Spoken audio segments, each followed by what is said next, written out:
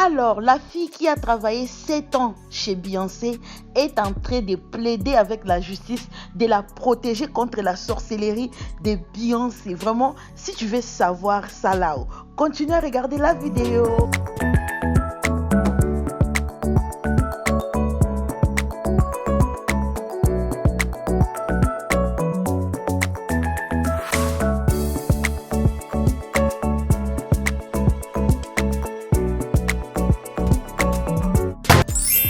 Bienvenue sur ma chaîne Ediva, je suis encore très ravie de vous retrouver sur cette vidéo.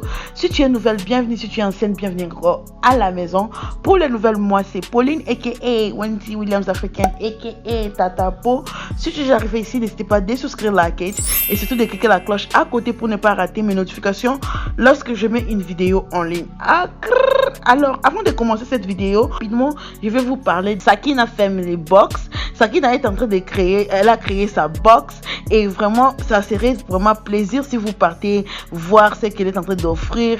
Nous sommes là pour, promouvoir le business de, black business. Donc, j'aimerais vraiment que vous passiez sur la chaîne de Sakina pour voir ce qu'elle est en train de vous offrir dans la box. Ok? Alors, parlons de Beyoncé. Alors, je sais qu'il y a déjà beaucoup de rumeurs sur la sorcellerie de Beyoncé.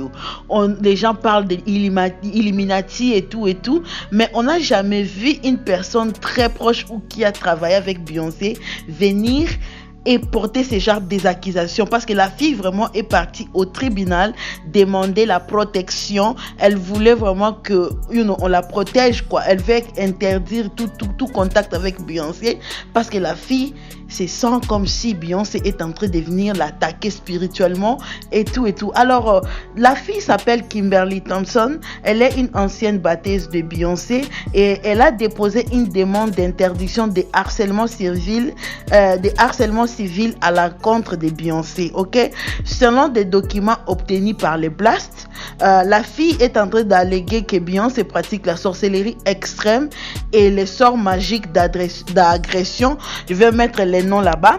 Elle dit que non, Beyoncé vient comme la femme de nuit. Oh, excusez, c'est pas des choses à rire, mais c'est qu'elle est en train d'insinuer quoi, que Beyoncé vient l'agresser comme femme de nuit. Ok, parmi d'autres allégations, Thompson affirme également que Beyoncé a pris la vie de son chat. Donc, il y a beaucoup de choses qui arrivent dans sa vie et elle pense vraiment que c'est Beyoncé qui est à cause de ça. Elle dit la perte de sommes d'argent. Alors, les documents consultés par Pitchfork montre que Kimberly avait une demande d'ordonnance d'interdiction temporaire refusée par la Cour supérieure de Los Angeles le 19 septembre. Pitchfork a contacté Kimberly Thompson et des représentants de Beyoncé. En plus de son travail avec Beyoncé, Kimberly a aussi également joué de la batterie dans le groupe de maison dirigé par Fred Armisen pour la première saison de Late Night with Seth. Alors, c'est une fille vraiment qui est tourmentée. Elle a sa chaîne YouTube. Je vais vous mettre là. Vous pouvez voir qu'il y a quelque chose qui est en train de la tourmenter spirituellement. Alors, beaucoup de gens, j'étais choquée. Une blogueuse que j'aime beaucoup, lorsqu'elle parlait de ça, elle était en train de rire. Elle pense que la fille ici est crazy. Tous les fans de Beyoncé disent que la fille elle est folle et tout. Mais franchement, peut-être c'est pas la folie, parce que c'est la vérité qu'elle est en train de dire. Elle est en train de dire que non, elle sent des agressions de femmes de nuit. Beyoncé vient comme femme de nuit. Elle sait que Beyoncé pratique la sorcellerie vraiment. She's highest dans la sorcellerie. C'est pas Tata Po qui a dit. Vous allez dire que Tata Po, toi tu exagères, tu prends parti. Je prends pas parti, c'est la fille qui est en train de dire.